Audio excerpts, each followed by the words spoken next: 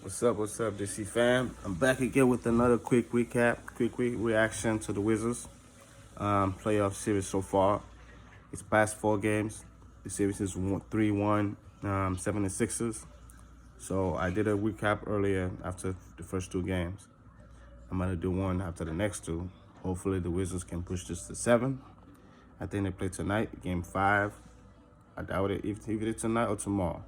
All I know is it's a must win for them or it's time to go home. I'm gonna do one after the series is over. Just basically to recap the whole series and basically to-do list in the offseason, how we can get this organization back on the right track. Quite frankly, the Wizards have never been on the right track. We've never really seriously been like a team that people look at, yeah, that's a championship contender. That has to change, man. That has to change. I feel like every team in the NBA has had at one point throughout the last 20, 25 years, they've had a run where they were a legit threat for the Eastern Conference Finals or something like that. The Wizards have never really been that way. Not with Jordan, not with Agent Zero, not with none. They've never really been like that. And it needs to change because with Bradley Beal and Russell Westbrook, you got 2 legit superstars to build around. Now, if Russell Westbrook don't improve his shooting and his free throw shooting, it's going to hinder our growth. And then I want him out of town. Same reason why I wanted Wall out of town. He had nothing to do with his injuries. He had nothing to do with his off-the-field issues because Wall did a lot of good, too, in the community. He was out here. Anybody who be in D.C. who know follow Wizards basketball will see Wall around the community. He be out here taking care of people, giving his bike drives or his cool coat backpack drive. Wall did a lot of good in the community. So that's why I never care about him doing some of the shit he was doing on his free time, which is the partying, the clubbing, and all that extra shit, which he did a lot of extra shit. I never care about that because why? Ward did a lot of good too in the community. Now, the only reason why I wanted him gone because Ward never got better. He never got better. His jump shot never got better. Yeah, he improved as a shooter, but he never was a threat as a jump shooter. He was never a threat in the mid-range. And that to me is one of the reasons why his game caught up to his body. There's some people, sometimes your body caught up to your game. Some other guys is the other way around. Their game caught up to their body. The fact that you have so much weaknesses, eventually teams gonna start playing you towards your weaknesses. And teams basically refused to let Wall drive. They were giving him endless space to shoot. When he on the days where he makes a good amount of work, Wall gonna drop 30 points on your head easy. You ain't gonna stop him the day he's making jump shot. But most of the time he's not. And you rather have Wall take a jump shot than him drive on you when it's a playoff game or in the clutch. That's one of the reasons why the Wizards always lost against some of the better coached teams. Some of the better coached teams didn't know this. They know the Wall can't shoot. They'll gap him up as much as possible and force him into challenge a contested shot in the paint, which he often, for a dude that really don't get calls, will drive a awful lot in the paint and never get calls. At some point, dude, walk on your floater game. Walk on your pump fake and drawing foul game. Like, get to the free throw line. This is the aspect of drawing game I've always criticized and never got better. That's why I wanted him out of DC. It was nothing personal. I wanted him out. And with the Westbrook, early in the year, same reason why I had it with Wall, same reason I had with him. It was strictly production. It was strictly productivity. Nothing personal with this guy. I strictly thought Westbrook trade was the worst one we could have had because why? It was basically the similar player. A guy who is a pest on the break, who is basically on the day they decide to play defense, can be one of the best guarding ball on man-to-man on-ball defenders in the league, but often chooses not to play hard on that side, and who are elite playmakers and passers who can make guys around them better. However, are a liability on offense when it comes to jump shooting. You can leave them hoping to help often on other guys, and that's the problem. And in the playoffs, you see how the Sixers are guarding Westbrook. Even though they're barely pressing on this guy, he's still breaking all these open looks. Like, he got to make those. Now, if Westbrook's all of a sudden the next few games start making a shot, this can go an easy 7-game series. Easy 7 games. That's why I actually had hopes coming into the series that the Wizards can take 1 or 2 games, even maybe 3 games out of these guys. Is because if Westbrook can make a jump shot, the Wizards don't really have that much weaknesses on offense. They don't. They don't have literally very few weaknesses on offense when Westbrook is making a shot and Bertans is hitting the shot. Because then you can't double Bill. You can't slide towards Bill. And Bill one-on-one, he will beat anybody in this league. He will drop 30, 40 on any team in this league. Bill still dropped that with the crowded space. Some of the points Bill scored with the space he get afforded by because of his the break lane by his other teammate. It's incredible. Like Westbrook, like freaking Curry would not score the way we will not win the scoring title with with space by the Bill deal with. If you watch when Curry play, even when he get double with space, because why? His guys are always spacing the court. When you do that, even when they step forward towards you, you're going to have outlets to give the pass. And teams can pick their poison. Because if one of those couple of guys you're really hoping is an actual good shooter, you're going to get killed with that kind of coverage. That's why teams can't come down and put forward Curry all the time. Because he got enough shooters on that team where Curry is a willing passer, they will kill you if those guys are making wide open shots.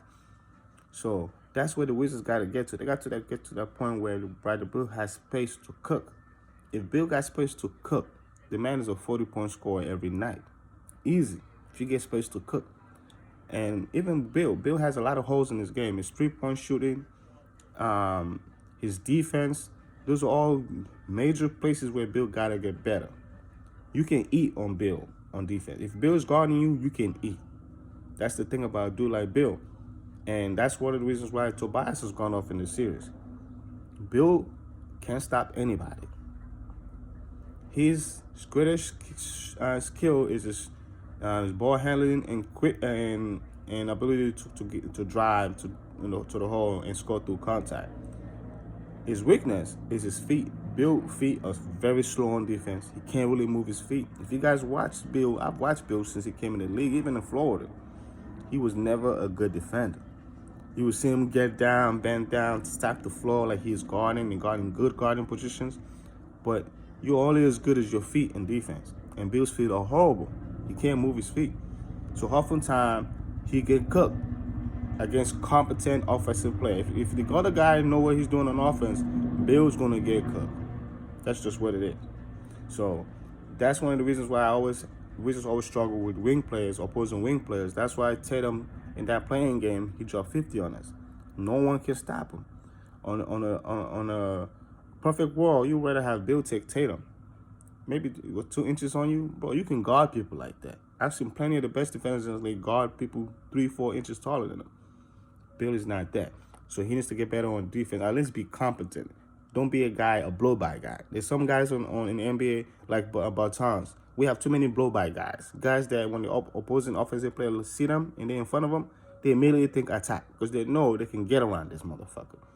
Bertans is one of them. Rui, too. When Rui want to guard, he can guard. But most of the time, I feel like because everybody else on defense is so horrible, it's always trying to reach for steals, Rui has picked up a lot of bad habits that I never saw in Rui in college at Gonzaga. Some of the things I like about him in Gonzaga, I'm seeing the opposite in DC. Like the reaching in, not moving his feet, not guarding multiple positions. Like these are things that I like about Rui coming in. So it's either there's a developmental lacking in DC or coaching lacking because the kid can play. Rui can play. There were times early this year, I actually thought Rui was a bust. I was worried that maybe we drafted a bust. And thank God those feelings are way off. I'm way off. I'm so happy to be wrong because Rui can play. I was happy when we drafted him the year. I thought he could have went earlier in the draft. I thought we got him in the steal, Rui. And based on game 4, he's proven this kid can play. 20 points and 13 rebounds. He's had a good series. Let me just say that. Rui has had a good series. He's been a couple of lapses where he didn't play hard on defense. Like, for example, I did not like the fact that he let Embid basically punked him twice in the paint when he was driving. Dude, you're in the playoffs, kid. If you ain't gonna step up and take a charge in this playoff, bro, why you playing basketball, bro? You just going through the motions? Like, it's a playoff. I never understand why guys don't take charge. I don't care who it was, Shaq or whoever. It's a playoff. The point is to stop that guy. And if you think you're gonna let anybody come in the paint and like Embid and just dunk and do whatever they want, you're gonna stop them. You're not. If anything, you're just making them more confident. And that's what happened to us in game 2 and 3. We got run out of the court because we let Embiid physically impose himself. That cannot happen, bro. I rather have this niggas foul this guy really hard like Lopez did. That was a clean, hard playoff foul. I guarantee you NBA ain't gonna come reckless like that the rest of the series. If he even I don't even think he's gonna play, but in case he does play, man, I guarantee you NBA will never, ever come as hard like that again in this playoffs. We just should have did that game 1. So Simmons and Embiid. You take those two guys, you let them know this shit is gonna be a battle every time you drive in this motherfucker. You make Embiid a shooter, you taking 90% of his game out of his hands. Because the guy is a beast. If you let him control the paint and do all his post-up moves, the guy, footwork, like, Embiid is one of the most skilled big men I've ever seen in the game. And like, watching this playoffs made me realize how good this guy really is. Embiid is a beast. Like, 7 foot with the skills he does, the guy is a monster, bro. The Wizards keep playing with him. Like, get him out of the game. You only just, this is what smart teams do.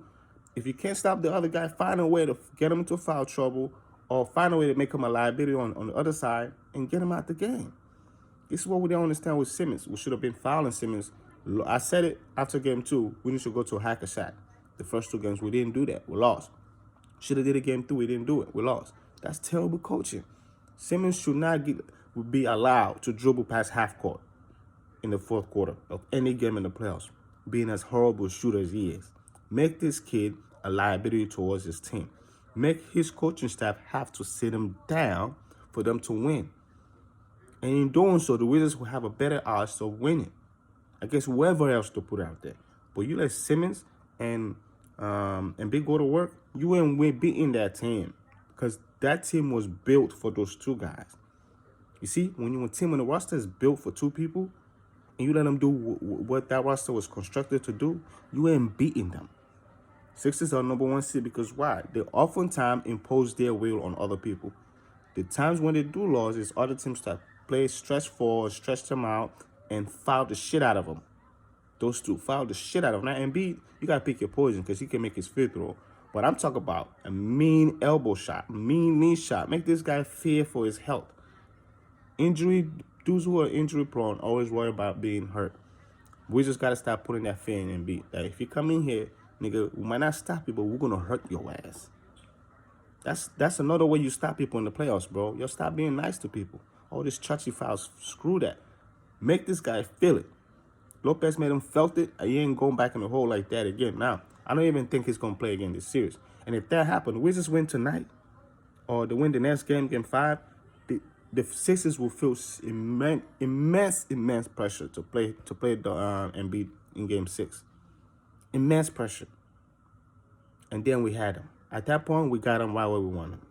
Because if they rush Embiid, even if they beat us, they're done. They're done.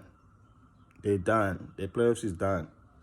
And if I know Doc Rivers well enough, he's gonna panic. He's gonna panic. That's one of the reasons why he's had such a horrible career coaching record, being up 3-0 in the series or being up in the series, because he panics, bro. The guy really panics. Once you start letting him know that you know what he's doing and you're taking away his strength, Doc Rivers will always panic, and his teams feed off of that. You don't have that kind of record being up in a series without your panicness getting to your team. Your team can feed off of it. Your coach is not as confident. The Wizards, at that take game 1, the Sixers team would have been in full-blown crisis right now. 2-2 series, going back to Philly, but it would have been a crisis right now. But because they didn't, Philly probably can afford to rest Embiid at least one game. The Wizards got to win that game. Any game Embiid don't play, got to win it. And you better make sure, Simmons is a non-motherfucking factor. You foul this guy every chance you get. Not the first half, but second half, let him shoot 30 free throws. I don't give a damn. I guarantee you, he ain't going to score more than you letting them guys take 30, 15, 20 shots in that period. Because I guarantee they're going to make about 10, 11 of those shots. And now you're screwed. And Simmons probably have a better chance of making maybe less than half of those 30 shots you get from 15 shots. It just come on, man. We just got to do this. Make Philly have to take him out. And then they play into our hands because now they got to play small ball with our skill set. There ain't nobody that can stop Bill. Russell Westbrook is getting to his spots. He's just not making his shot. So ain't nobody has stopped him yet. But if we can make our shots, Russell Westbrook can make his shot. This team, this could be a series, bro. Could be a series. But reality is, we're gonna lose. We're probably gonna win this next game and lose at home when Embiid come back. But knowing how Embiid is, I really believe this injury is a lot worse than the Sixers are making it out to be. I don't even think he's gonna play again this Wizards series. And I can actually see him not even playing game one of the next series. If they do move on, it's that serious. Like, if you watch that fall, he didn't just fall on one side of his hip, but he fall pretty bad on his hip bone and his ankle. And for a guy who basically had a similar fall earlier in the year in DC too, which is kind of weird. He had a similar fall in DC earlier in the season. Basically the same spot. And very similar fall. And he basically that fall cost him weeks. This looks worse than that fall. This looks worse than that fall. This is a 300-pound dude going recklessly towards the basket and meeting a 7-foot force who barely touched him, because he was coming with such momentum, he landed, all 300 pounds of him landed on his hip.